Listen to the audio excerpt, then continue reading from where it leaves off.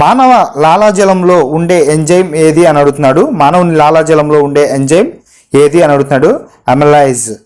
Jaundice వ్యాధి ఏ అవయవం సరిగ్గా పనిచేయకపోవడం వల్ల వస్తుంది అని అడుగుతున్నాడు.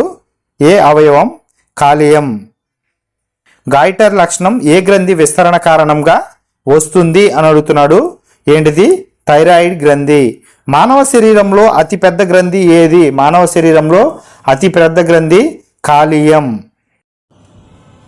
శ్వాసనాళికకు సమీపంగా ఉన్న గ్రంథి ఏది అని అడుగుతున్నాడు. గ్రంథి ఏది అని అడుగుతున్నాడు. ఏంటిది? థైరాయిడ్ గ్రంథి. పుట్టిన శిశువు శ్వాస రేటు నిమిషానికి ఎంత కొట్టుకుంటుంది అని అడుగుతున్నాడు. నిమిషానికి 32 సార్లు. చూడండి, మానవ ఊపిరితిత్తుల సామర్థ్యం ఎంత అని అడుగుతున్నాడు. ఎంత? 5800 ml. మనం పీల్చే గాలిలో ఆక్సిజన్ శాతం ఎంత అని అడుగుతున్నాడు. ఎంత?